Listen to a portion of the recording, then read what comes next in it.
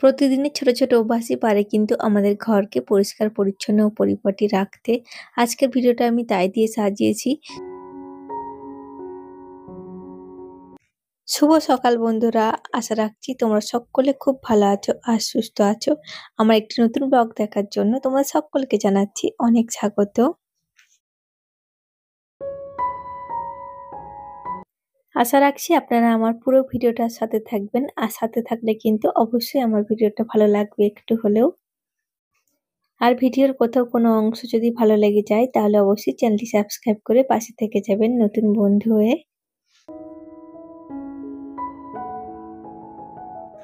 প্রতিদিনের মতোই আজকের ভিডিওটাও কাজকর্ম দিয়ে শুরু করেছি। আর কাজকর্মের মধ্যে প্রথম যেটা করি আমি সেটা হচ্ছে এই যে চলে এসেছি আমার ছাদ বাগানে। আর এখানে ফুটেছে কয়েকটা কুন্দ ফুল, তো সেগুলো এখন আমি তুলে নিচ্ছি। আর খুব শখ করে আমি গাছ পাখি এদেরকে পালি, নিজের শখের জায়গাটা বজায় রেখে এদের যত্ন করার চেষ্টা করি আমি। আসলে দেখবে কোনো পাখি বা গাছ যাই হোক না কেন, যদি কোনো একটা আমাদের গাছে ফুল গজায় তাহলেও কিন্তু আমাদের ভীষণ শান্তি লাগে, আনন্দ দেয় যে আমার গাছে একটা নতুন করে ফুল ফুটেছে। সত্যি এটা একটা অন্যরকম ভালো লাগা কাজ করে। তো এই যে দেখো আজকে সকালটা খুব সুন্দর একটা মিষ্টি সকাল, ওইদিকে একটু একটু মেঘলা মেঘলা ছিল আকাশটা, আর তার সঙ্গে সূর্যটা আর কি আদো আদো ছিল, মেঘলা মেঘলা ঢাকা মেঘে।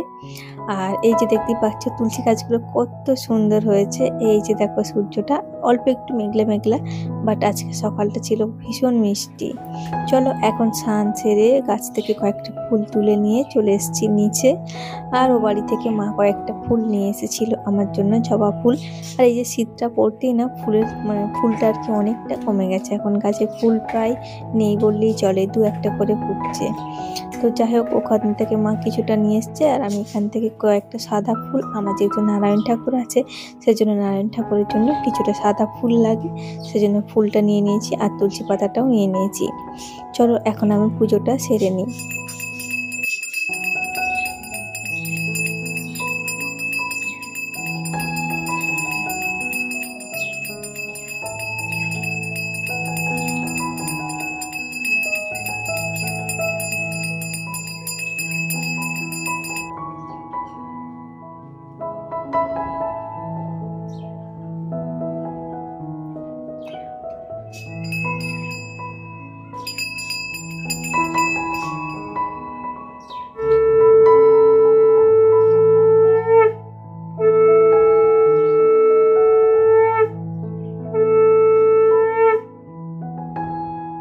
ওদিকে আমার পুজো করা কমপ্লিট হয়ে গেছে, আর এখন আমি চলে এসেছি সোজা রান্নাঘরে। রান্নাঘরে এসে এই যে দেখো একটু চা বানিয়েছি, তো তোমার দাদা ভাই দেবো আর কি চাটা, তো ওর জন্য একটু চা বানিয়েছি। তার সঙ্গে সঙ্গে কিন্তু আমি একটু চা খেয়েছি। এই শীতকালের দিকে না চা খেতে বেশ ঠান্ডা ঠান্ডা থাকে, তো চা খেতে বেশ ভালোই লাগে। আর এমনিতেই যে আমার যেমন আর কি একটু ঠান্ডা ঠান্ডা লাগে, সেজন্য না সকালে চাটা খেলে বেশ ভালোই লাগে।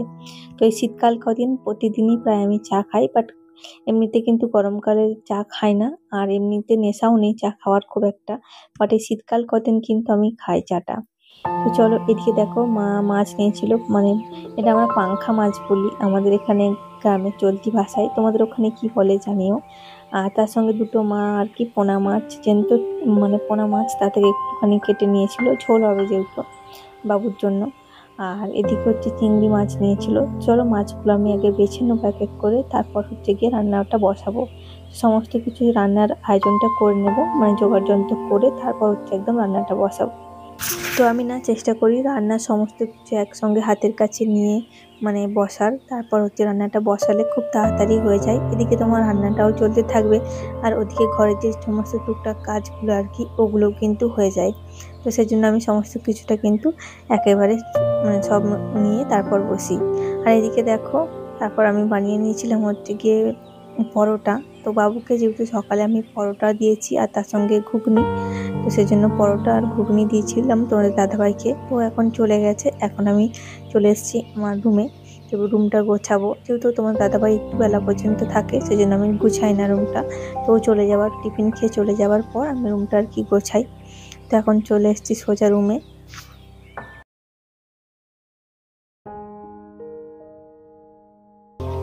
চলো এই সময় তোমাদের কিছু কমেন্ট পড়বো। তোমরা যারা যে সমস্ত দিদি ভাইরা আমাকে কমেন্ট করো সুন্দর সুন্দর, আমার ভীষণ ভালো লাগে। তো আগের দিন ব্লগে না, মানে মাই সন্তোষ বলে একটা অ্যাকাউন্ট থেকে আমাকে কমেন্ট করেছো, জানি না মানে আমাকে মা বলে সম্বোধন করেছো। অনেক অনেক আমার ভালো লেগেছে। তো বলেছে ওনার মেয়ে আর কি আমাকে আমার চ্যানেলটা দেখার জন্য বলেছে আর সাবস্ক্রাইব করার জন্য বলেছে। তো সেজন্য উনি সাবস্ক্রাইব করেছেন আর মানে আমার ভিডিও দেখেন। তো অনেক অনেক ধন্যবাদ তোমাদেরকে। তোমরা যারা আমাকে সবসময় এতভাবে সাপোর্ট করো আর বলছো যে অনেক দূর এগিয়ে যাও। তো তোমরা যদি এভাবে আমার পাশে থাকো, সাহায্য করো, আশা রাখছি আমি আমার স্বপ্নটা সত্যি পূরণ করতে পারবো। তো এইভাবে আমার পাশে থেকো।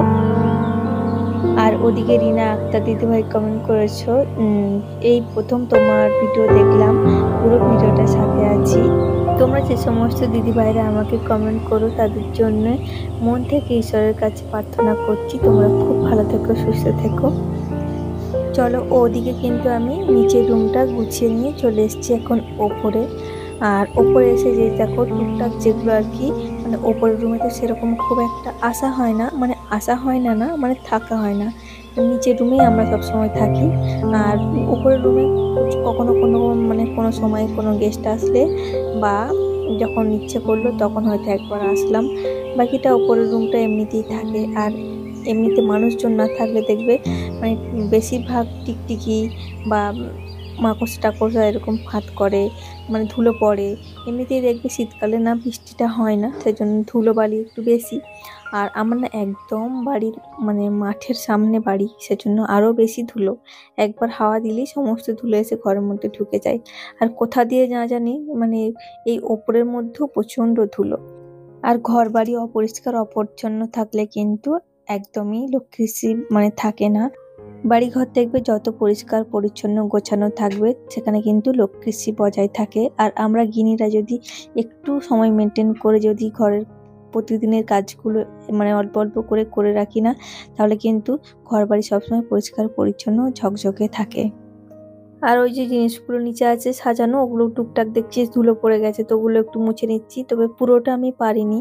তবে পুরোটা মানে ঘরের রুমটা কিন্তু অনেকটাই নোংরা হয়ে গেছে। ক্যামেরায় হয়তো ধরা পড়ছে না ঠিকই, বাট আমি তো দেখতে পাচ্ছি। তো আবার একদিন অন্য কোনো দিন হচ্ছে গিয়ে করব, বাট এখন তো আমাকে নিচে যেতে হবে কারণ রান্না আছে। তো ওদিকে ওখান থেকে এসে আমি কিন্তু রান্নাটাও বসিয়ে দিয়েছি। আর এই যে মাছটা ভাজতে দিয়ে দিচ্ছি।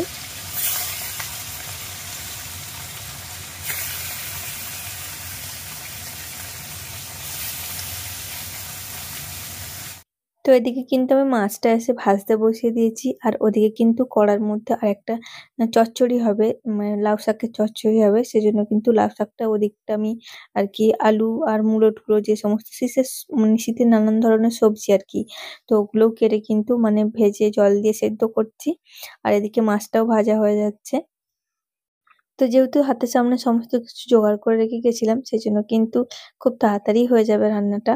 আর এই যে দেখো মাছগুলো আমার সুন্দর করে কিন্তু ভাজা হয়ে গেছে। আর এই মাছগুলো হচ্ছে কারি বানাবো, ওদিকে ডাঁটার তরকারি হবে। আর বাবুর জন্য একটু মাংস বানাবো, ও তো এইসব মাছ খেতে পারে না। আর ও এমনিতেই ও মাছ খেতে পছন্দও করে না, সেজন্য ওর জন্য একটু মাংস বানাবো অল্প একটু। আর আমাদের জন্য এই যে মাছ হচ্ছে।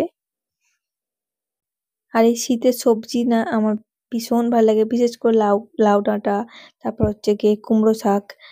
এইগুলো খেতে না মানে আমার ভীষণ ভাল লাগে। তারপর মোচা, কলার যে মোচা হয় ওই মোচার তরকারি, এগুলো খেতে আমার ভীষণ ভাল লাগে।